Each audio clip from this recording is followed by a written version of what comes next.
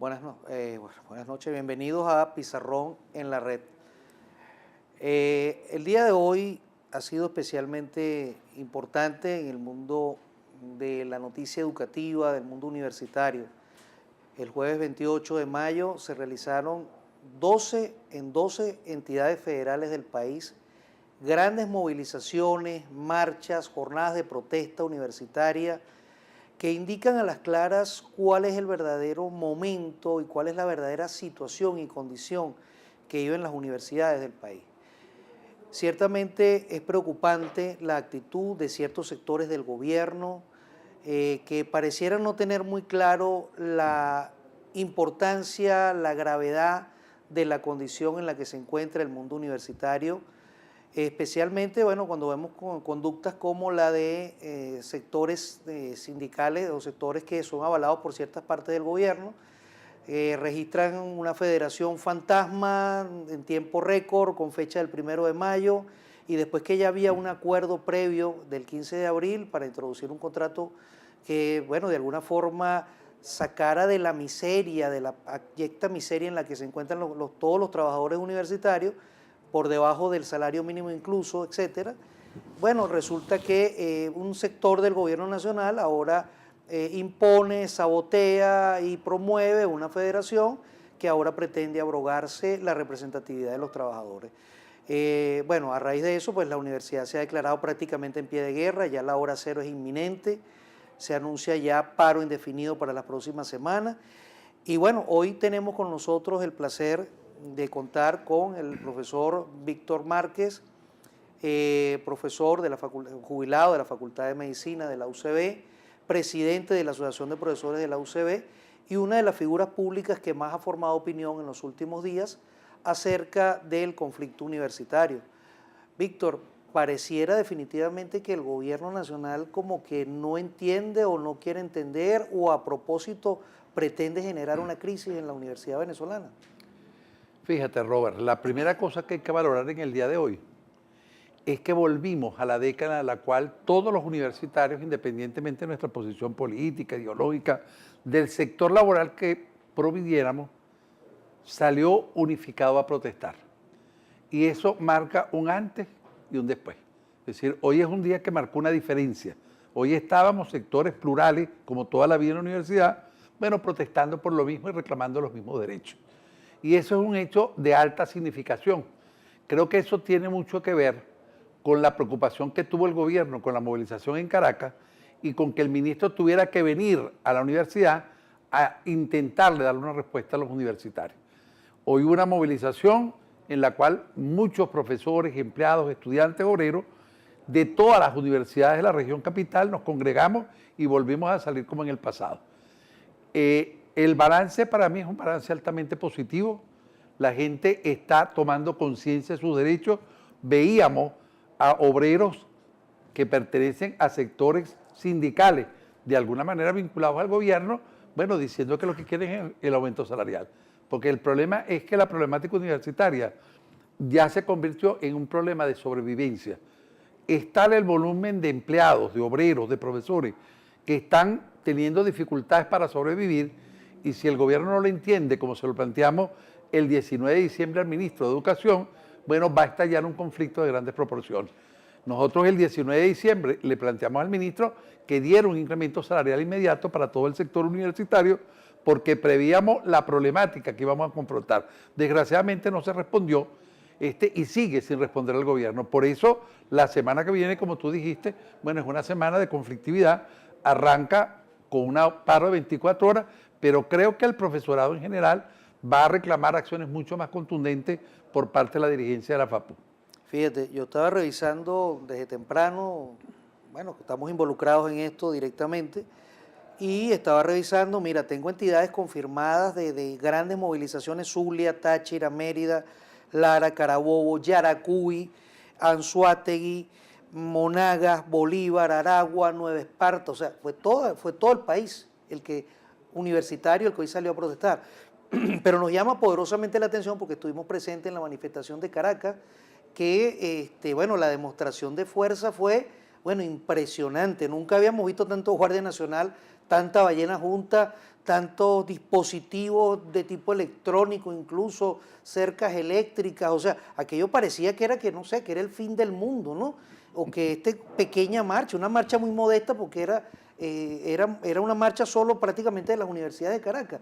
¿Qué lectura le das tú a que el propio presidente Maduro, en conversación con uno de los dirigentes de los sindicatos, creo que el de los administrativos de la UCB, llamó por teléfono, habló por teléfono directamente con él y llegase el ministro de Educación? ¿Qué interpretación le podemos dar a eso? Porque a veces nos da la sensación de que pareciera que es muy importante, pero por otra parte entonces permiten que estos sindicaleros de maletín estén retrasando las conversaciones que ya deberían estar instaladas si no fuese por ellos.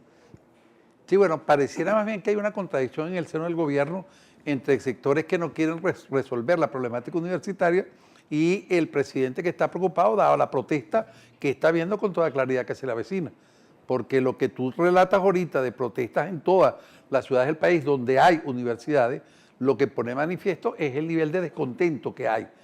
Y eso lo palpa uno cuando conversa con los propios profesores o cuando conversa con los empleados. Y esa protesta se va a ir incrementando. Entonces, el gobierno tiene que responder y tiene que responder de una manera adecuada. Creo que el ministro no lo hizo bien hoy. Primero porque en el único lado donde se prohibió la manifestación y se impidió fue en la ciudad de Caracas. En el resto del país no hubo la problemática que ocurrió en Caracas, lo cual además pone de manifiesto el talante autoritario del alcalde Jorge Rodríguez, que es quien impide o quien trató de impedir en el día de hoy la movilización. Por cierto. Sí, y es presidente de la Federación de Centros Universitarios, que es lo más lamentable. Pero la consecuencia de eso es que la comunidad nacional e internacional vio lo que implica un gobierno no democrático, vio cómo se impide una manifestación pacífica.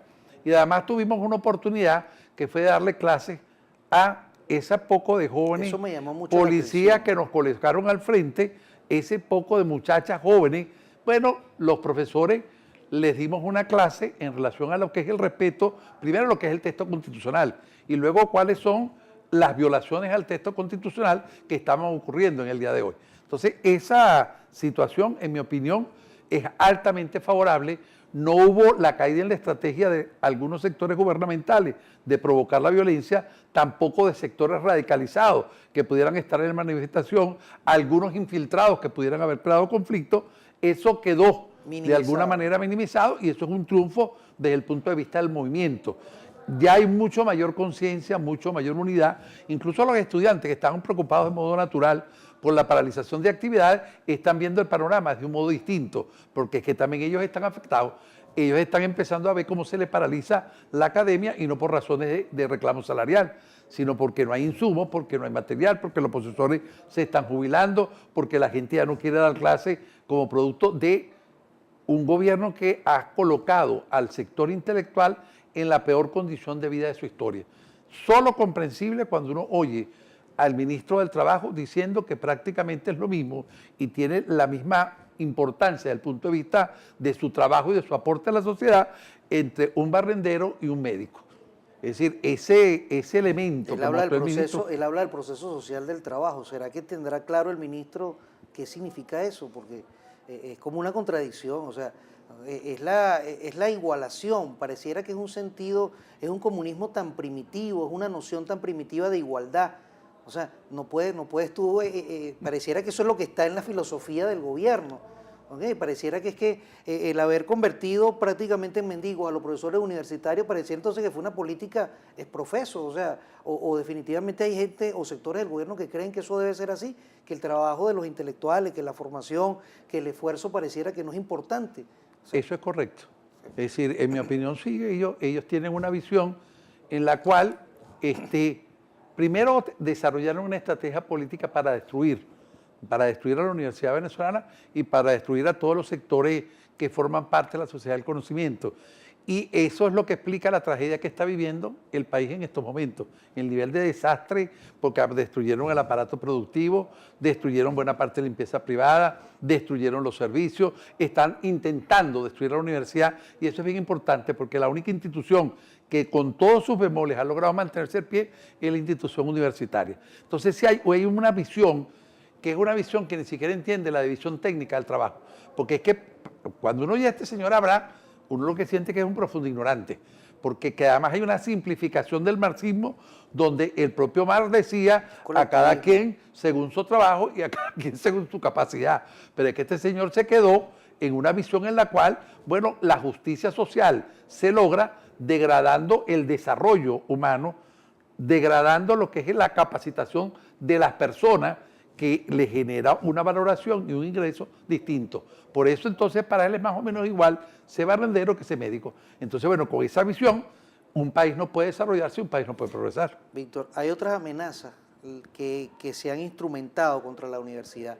Bueno, desde una fiscal general de la República que supuestamente avalando el proceso de ingreso termina, pues, bueno, haciendo una lamentable apología de lo que significa ser mujer y universitaria, hasta ese ataque directo contra las universidades al quitarle. Es bueno que en América Latina sepan, ¿no?, que porque este programa sabemos que lo ven en América Latina, bueno, que los procesos de ingreso a la universidad deben ser como en cualquier parte del mundo, de acuerdo a las competencias, de acuerdo a las actitudes y las aptitudes con P que la gente tiene. Entonces, ¿cómo interpretan ustedes de la Asociación de Profesores este ataque también brutal a la universidad que ha emprendido el gobierno nacional cuando secuestró los cupos de la universidad? Y así como hizo el presidente Maduro cuando repartió todos los electrodomésticos y los puso a precios súper baratos, que eso quebró para siempre la distribución de electrodomésticos en Venezuela hace 2 años, ahora también se pretende entonces quebrar a la universidad. Se pretende ahora decirle a un grupo de muchachos, no, yo los mando a que usted lo inscriban allá sin que usted haya pasado una prueba interna. ¿Qué significa también eso? No es un ataque deliberado, es un ataque, bueno, que va a lesionar profundamente la comunidad universitaria, el sentido de ser universitario. Fíjate, al igual que hoy, es decir, hay gente que puede haber interpretado que la no posibilidad de llegar hasta el ministerio pudiera ser visto como una derrota de la movilización. Yo lo veo exactamente como lo contrario. Todos sabíamos que eso iba a ocurrir por el talante autoritario por parte del gobierno, pero el que la gente permaneciera y el ministro tuviera que venir nos da un poco la demostración del temor que le tienen a la movilización universitaria, en particular en la ciudad de Caracas, ¿ok? Y además puso claramente en evidencia nuevamente el carácter autoritario y poco democrático del régimen. El pretender tomar por asalto el ingreso de los nuevos estudiantes dentro de la institución universitaria vuelve a mostrar el mismo elemento. Es decir, nuevamente se pasa por encima de la Constitución, nuevamente se pasa por encima de los derechos institucionales y nuevamente se atenta contra valores, es decir, el valor del respeto, el respeto a la ley, el respeto a la Constitución, porque por Constitución el ingreso en las universidades está determinado que tienen que hacerlo las instituciones universitarias y no es responsabilidad del Estado. Entonces, ¿a qué está jugando el gobierno? Bueno, nuevamente a tratar de sacar provecho electoral. Pero así como hoy utilizaron pocas mujeres, jóvenes, muy joven, la policías, y bonita la muchacha, sí, además muy linda la muchacha, para tratar de impedir la movilización y enfrentar a unas muchachas jóvenes con otras muchachas estudiantes que estaban en la manifestación. Bueno, así de alguna manera quieren enfrentar a los estudiantes que provienen de la prueba interna de admisión o el mecanismo establecido institucionalmente con este grupo de muchachos que ellos quieren que entren dentro de la institución. Eso, bueno, implica el que la institución universitaria tiene que responder con suma inteligencia y respondiendo en un plano de carácter institucional. Es decir, la Asociación de Profesores va a tomar una posición muy enérgica en el día de mañana, que vamos a presentar una declaración al país a través de una rueda de prensa. ¿Okay? El gobierno está jugando a sacar provecho electoral. Creo que se le va a revertir el problema, porque lo que está generando es una situación absolutamente inconveniente por las implicaciones que eso puede tener. Sí, es importante que la gente sepa que en Venezuela, de las universidades que tienen mayor demanda, de las públicas, la UCB y la Simón Bolívar, en este caso, son de las más afectadas. Prácticamente se les secuestró todo el cupo. Pero también hace poco recibíamos una información de unos investigadores de la Simón Bolívar que le hicieron seguimiento a, bueno, el porcentaje. Pues se había acordado darle un porcentaje de cupo a la OXU y la mayor parte del cupo, por supuesto, lo asignaba a la universidad, pero se le hizo un seguimiento a un grupo de jóvenes que ingresaron por esa vía, o sea, que fueron asignados por el gobierno. La sorpresa es que cuando los investigadores revisan, de dónde provienen esos jóvenes. Bueno, en un 90% venían de instituciones privadas. Entonces eso resulta un contrasentido, o sea, es un lenguaje fariseo decir que es que queremos que el pueblo entre a estas universidades elitescas. No, no, es que ellos también mandaron muchachos que también venían de colegios privados, o sea, entonces uno se pregunta, bueno, ¿a quién mandaron? Pero lo más triste no es eso, sino que fueron asignados a la Simón Bolívar en carrera. La Universidad Simón Bolívar es una universidad que su vocación fundamental es la ingeniería, las carreras técnicas, y bueno, resulta que al hacer un seguimiento se dieron cuenta, bueno, que esos muchachos en 4 semestres, prácticamente en 4 términos, estaban fuera de la universidad porque fracasaban. Entonces también es un poco exponer a todos estos muchachos, a todos estos jóvenes que han sido mal formados por una escuela pública media que es mala, que no les proporciona lo que les tiene que proporcionar, y después entonces los expones a una universidad que les va a exigir conocimientos que ellos ni siquiera tienen, porque la mayoría de ellos nunca tienen profesor de matemáticas, física y química. Entonces es como querer culpar a las universidades de una responsabilidad que es del Estado docente. En ese sentido nosotros hemos denunciado permanentemente esa situación. Y bueno, advertir a la sociedad venezolana que no se trata de que la universidad no quiera a esos muchachos. Además es un problema también de capacidad.